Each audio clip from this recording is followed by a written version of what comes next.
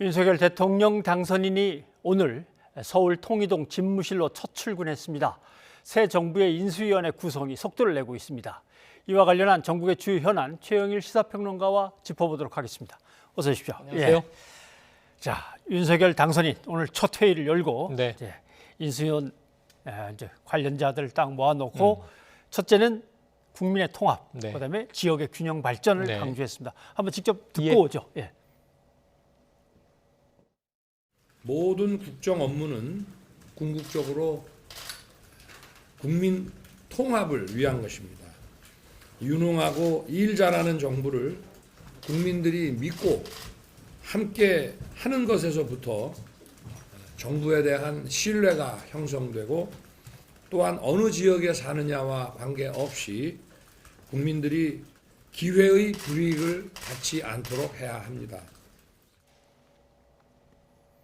예. 지금 강조한 주제들에 대해서 이제 각 위원회가 네.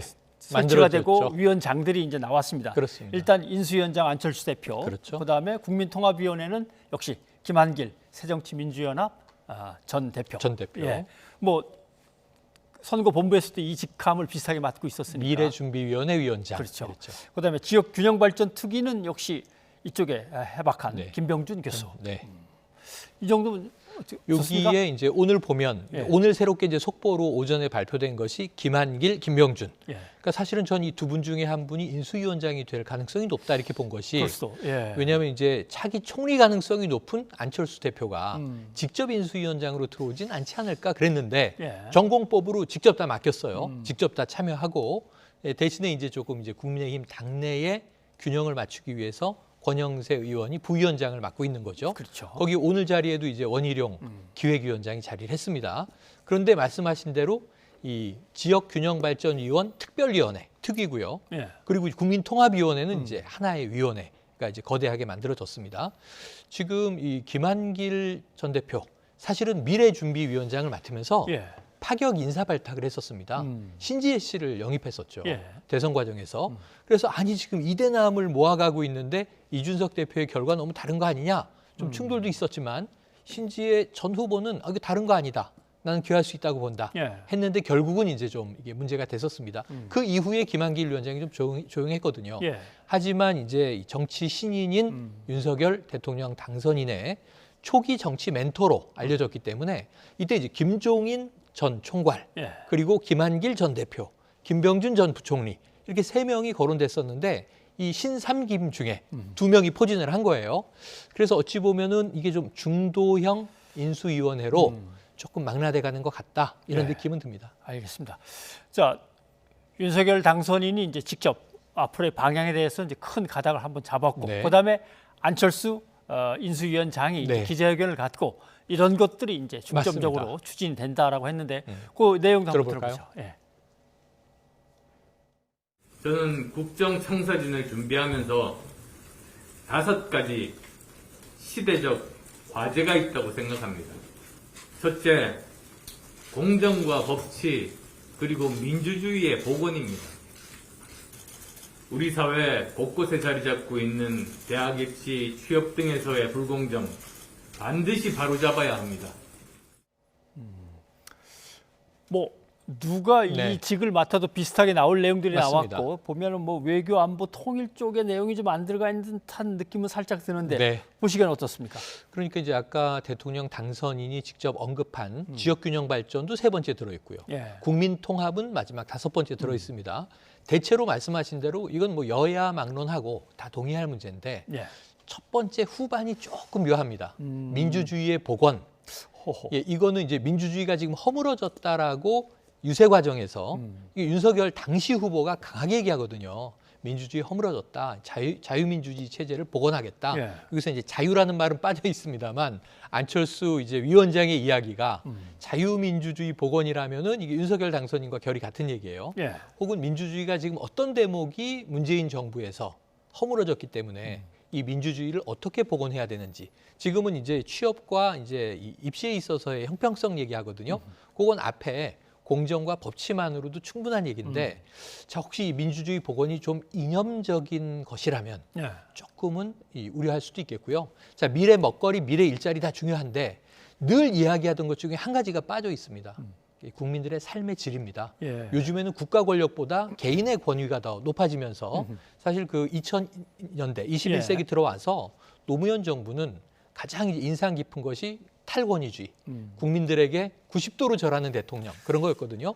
근데 여기 보면은 이제 이 지속 가능성 문제, 이건 뭐 인구 절벽 같은 거 해결해야죠. 그렇죠. 그럼에도 불구하고 자 현재 우리 시민, 국민, 개개인의 삶의 질을 어떻게 고양하겠다라고 하는 이 복지의 문제는 좀 빠져 있어요. 그래서 그런 문제가 보완되면 좋겠고 아까 말씀하신 대로 지금 지정학적으로 워낙 좀 국제 관계가 복잡해지고 있으니까 이게 외교, 안보, 국방의 문제는 하나 들어가도 좋겠다 싶은 그러고 보니까 대목입니다. 박근혜 대통령 때는 바로 국민 행복 시대라고 하는 타이틀이 네. 탁 던져졌었는데 그리고 생애 주기별 맞춤형 그렇죠. 복지 이렇게 얘기됐는데 복지가. 그런 부분들은 많이 빠져 있습니다. 알겠습니다.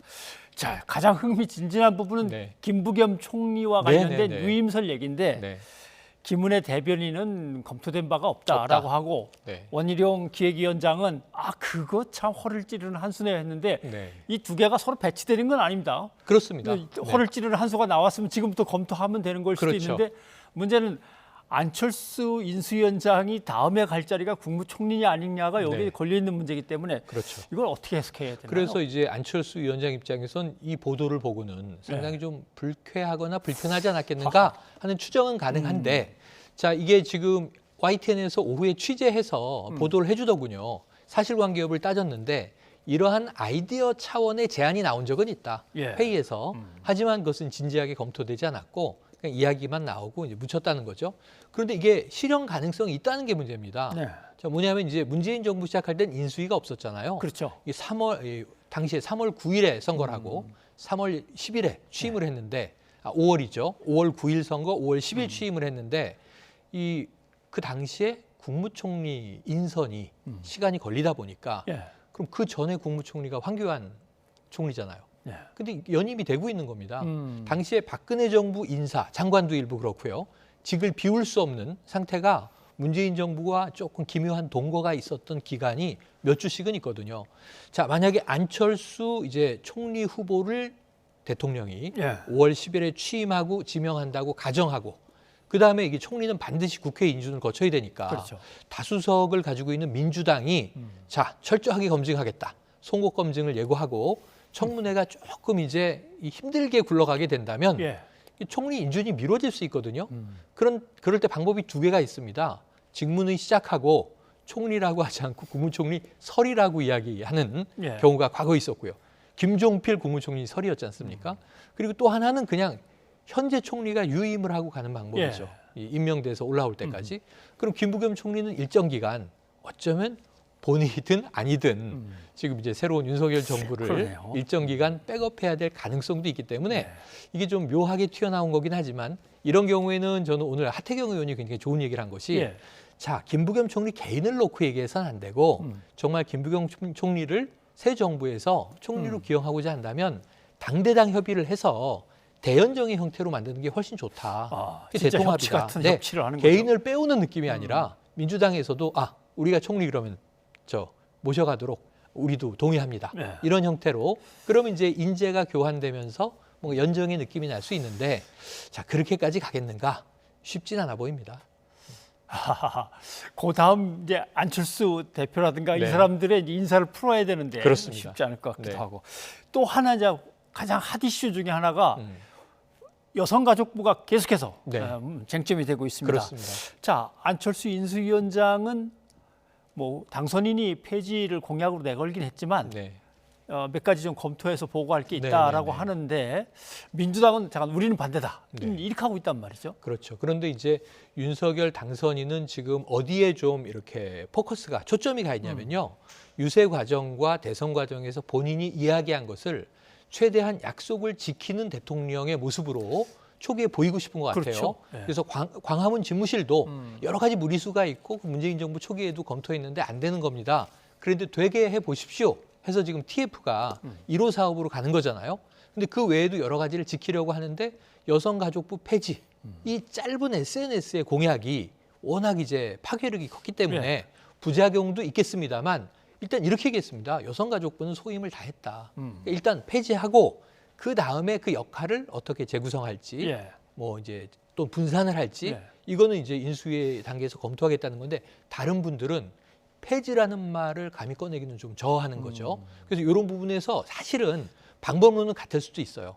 뭐냐면 이제 좀 이 규모가 작게 뭐 성평등부나 혹은 뭐 이야기했던 양성평등부를 만들고 사업과 기능은 다 가져가는 거죠. 골고루 나눠서라도. 그리고 이제 청소년과 가족 문제는 뭐 복지 쪽으로 옮기고. 근데 또 이런 아이디어도 있어요. 주로 여성의 구조적인 차별 문제가 노동 현장, 경단녀 문제 이런 것들이 있는 거니까 그럼 고용노동부의 차원에서 내부에서 여성 문제를 별도로 성평등 문제를 다뤄야 하는 거 아니냐.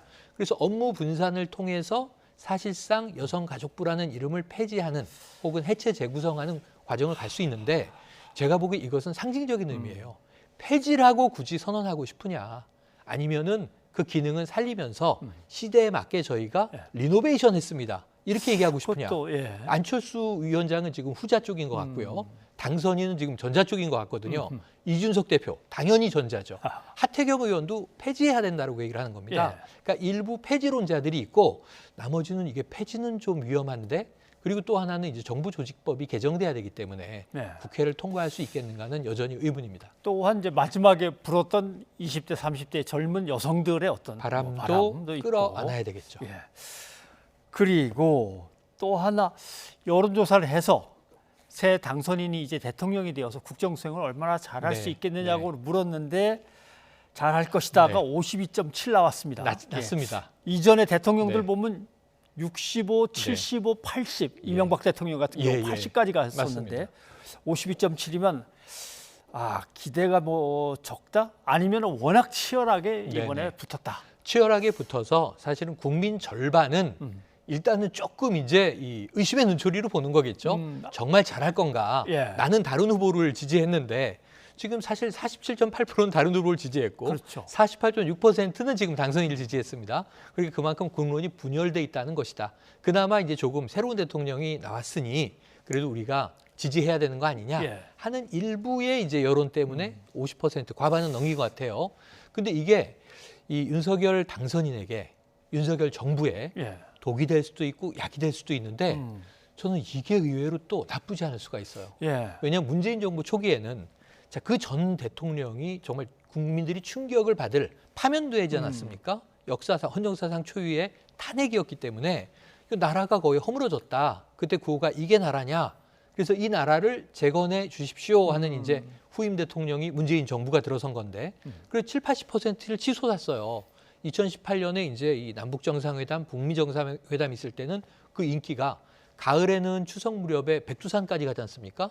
평양 시민 10만 명에게 연설하고 80%를 넘겼는데 이때 보시면은 트럼프 대통령과 김정은 위원장이 만난 다음 날 치러진 지방선거, 바로 이전 지방선거에서 17개 광역지역 중에 15개를 민주당이 석권하고 2개를 야당이 사수했습니다. 이게 지금 바뀌고 있는 거거든요. 오는 6월 지방선거에서. 그런 측면에서 봤을 때는 처음에 기대치가 낮은 것이 올라갈 길만 남았다 이렇게 생각하면 또 윤석열 정부에 그렇게 꼭 나쁜 것이겠느냐. 오히려 기대치가 높은데 작은 실수 한두 개가 나오면 뚝뚝뚝 떨어지는 걸 우리가 많이 봐왔단 말이죠. 그래서 윤석열 정부가 얼마나 탄탄하게 준비하느냐에 따라서 이것은 뭐 이제 얼마든지 또 전환 가능한 국면으로 봅니다. 어떻게 보면 이제 부족했던 부분이나 이런 것들이 문제가 되는 부분들이 여러 개가 다 노출이 됐기 때문에 문민 통제를 받으면서 국민들의 견제와 감시를 받으면서 정부가 차곡차곡 풀어나가면 이제 거기서 신뢰가 쌓일 수도 있는 거고. 그렇습니다. 알겠습니다. 자, 이제 더불어민주당 얘기를 해봐야겠습니다. 비상대책위원회를 출범시켜야 되는데 원내대표를 하다가 비상대책위원회 위원장을 맡으면 선거에 책임을 져야 되는데 패배에. 그렇죠. 그걸 또 맡을 수 있는 문제냐. 여기서부터 논란이 계속 벌어지고 있는데 한번 듣고 오죠. 더불어민주당은 닷새 전 선거 결과만 기억할 게 아니라 5년간 국민과 지지자들에게 내로남불이라 불리며 누적된 행태를 더 크게 기억해야 합니다. 변화를 요구하시는 이분들의 목소리를 경청하겠습니다. 반드시 물어 부족함을 채우겠습니다. 다시 기어서라도 국민께 다가서겠습니다. 오늘 시작하는 비대위는 국민의 관역이 되겠습니다. 예, 2030 세대를 전면에 배치한 부분은 확실하게 눈에 네, 띄긴 띄어요. 그런데 그렇습니다. 저렇게 저 비상대책위원들이 모여서 정말 정치개혁과 당의 막 뭐라 보통 쇄신을 갖다가 이끌어내려고 진짜 모여서 네. 토의를 하고 거기서 결정이 내려질 건가? 좀 이렇게 보여주기식 아닌가 이런 이제 의혹도 약간은 있고요. 그 내용을 공개하고 메시지가 거의 매일 나와야죠. 사실은 지금 이제 이 비대위가 가장 중요한 게 일단 대선과 같은 큰 이제 선거에서 졌고 예. 그 다음에 권력을 뺏긴 거 아닙니까? 집권당이 이제 야당과 정권 교체를 이룬 거잖아요. 예. 그러니까 물론 석패하고 분패했기 때문에 0.73% 포인트는 참 이게 힘든 겁니다. 왜냐하면 졌지만 잘 싸웠다. 이런 정서가 내부에 없는 건 아니거든요. 야, 이 조금만 더 했으면 이길 뻔도 했는데. 근데 문제는 그래도 패배예요. 한 표 차이로 졌어도 저는 이 부분에선 이재명 후보가 참 잘한 거예요. 바로 승복한 그리고 통합을 이제 당선인에게 강조한 이런 대목. 그래서 문제는 이 비대위의 첫 번째 역할은 패인 분석입니다. 보통은 백서가 나오죠. 내외부에 이제 인사들이 모여서 왜 민주당은 패배했는가. 근데 여기서 박지원 공동비대위원장이 명답을 지금 냈어요. 이게 5일 전 패배가 아니라 5년 동안 누적된 것 때문에 당신들이 진 거야. 예. 심지어 이제 공동위원장이니까 우리가 진 거야. 지금 이 선언을 한 건데 그럼 이제 집권 5년을 복귀해야 되거든요. 여기서 몇 가지 답들이 다 나와 있습니다. 마지막에. 부동산 정책을 왜 이렇게 경직되게 밀어붙였을까? 안 되는데. 그리고 소주성 문제는 왜 그랬을까? 예. 최저임금 문제를 초기에 이제 두 자릿수씩 올렸던 것은 결국은 성과가 있었나 없었나. 그다음에 이제 핵심적으로 2019년 가을부터 벌어진 이른바 조국 전 장관 사태. 이런 것들을 아픈 것들을 다 끄집어내놓고 그걸 난상 토론해야 되거든요. 예. 그러니까 저는 윤호중 원내대표가 비대위원장을 맡았느냐 안 맡았느냐는 이건 보기에 따라서 절축점이 될 수도 있어요. 왜냐하면 이제 2달 반이면은 지방선거를 또 치러야 바로 되는데 해야죠. 예. 그 외부 인사로 다 해놓고 공천위원회도 짜야죠. 이제 이건 뭐 대선 후보는 한 명이지만 여기는 지금 전국에 6천 명이 넘게 엄청나죠. 선출이 예. 됩니다. 수만 명이 출전을 하거든요. 그럼 이거 어떻게 당무를 다 볼 건지 결국은 어쩔 수 없는 이 책으로 저는 이제 윤호중 원내대표 방안이 나왔다고 보는데 그럼 윤호중 조금 전에 이 비대위원장이 한 말이 있어요. 우리 관역이 되겠다. 우리가 타겟이다. 그럼 타겟이 제일 처음 해야 되는 건 뭐냐? 노출이에요. 서 있어야죠. 예. 산꼭대기에 서서 돌을 던지십시오. 그리고 우리는 무엇을 잘못했고 그것을 어떻게 해석하고 있고 어떻게 바꿔나가려고 하고 저희는 답이 없으니 그럼 국민들이 저희에게 답을 주시고 하는 얘기를 끊임없이 다 문호를 개방하고 소통해야 되는데 알겠습니다. 밀실에서 이제 뭐 8명이 혹은 2명 더 들어가겠습니다만 10명이 뭐 조용히 행보를 하다가 툭툭툭툭 이런저런 안만 내면 아마 제가 보기에는 문매 피하기 어려울 거고요. 그냥 다 모든 것을 공개하고 얘기했으면 좋겠습니다. 아이러니하기에도 윤호중 위원장 네. 사실 1%만 더 얻었으면 네. 승리의 주역이라고 이제 보나마나 그랬을 텐데. 그럼요. 자, 김기현 조금 원내대표가 찢으면서 얼마나 부럽겠습니까? 예. 그 마음은 이해되지만 지금 이미 벌어진 현실은 되담을 수는 근데 없습니다. 이재명 후보를 놓고 네. 비대위원장을 맡으시면 안 되겠습니까? 서울시장 후보로 확 나가버리시죠. 이렇게 되면 이걸 이재명 후보를 살리는 건지 어떻게 보면 자칫하면 네. 독이 될 수 있을 것 그렇죠. 같고. 두 번 어떻게 죽이는 될까요? 길이 될 수도 있죠. 예. 그래서 어쩌면 이럴 수 있는 거죠. 자, 지방선거에 대한 판세 분석을 지금 명확하게 해서 2달 반 동안 지금 현재 이 민주당이 가지고 있는 광역, 기초, 자치단체를 지키기는 쉽지 않을 거예요. 예. 왜냐하면 아까 말씀드렸지만 2018년은 그 마법처럼 민주당에게는 행운만 쏟아졌던 해에 6월 13일에 지방선거를 해서 17개 광역 중에 15개를 가져갔단 말이에요. 예. 그 이후에 이제 김경수 경남지사라든가 여러 가지 또 부침이 생기긴 합니다만 부울경도 다 가져갔거든요. 오직 TK만 사수했어요. 이 국민의힘이. 근데 지금은 이번 대선을 기준으로 보면 17개 지역 중에 이재명 후보가 가져온 곳은 7곳에 불과해요. 서울도 뺏겼습니다. 그러니까 경기, 인천, 세종, 제주 그리고 호남 3곳. 예. 이게 다거든요.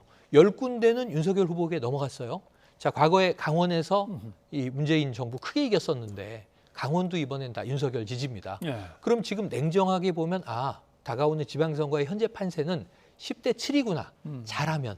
근데 5월 10일에 윤석열 정부가 출범하고 딱 3주 후에 지방선거를 치르니까 예. 어찌 보면 새 정부의 허니문 기간, 프리미엄 이런 걸 따지면 제가 보기에는 한 12대 5 정도로 갈릴 수 있거든요. 예. 그럼 이게 윤호중 비대위는 지방선거 패배를 또 끌어안고 다시 한번 해체해야 됩니다. 그럴 수도 있네요. 그러니까 이런 각오까지 하고 지금 이제 둔 포석이냐, 자. 아니면 일정불사할 거냐. 그러니까 이제 이재명 후보가 적어도 47.8%를 모아낸 후보니까 그 동력을 지방선거에 한번 쏟아붓자인데 제가 보기에는 이거 정말 이재명 후보를 2번 죽일 수 있다.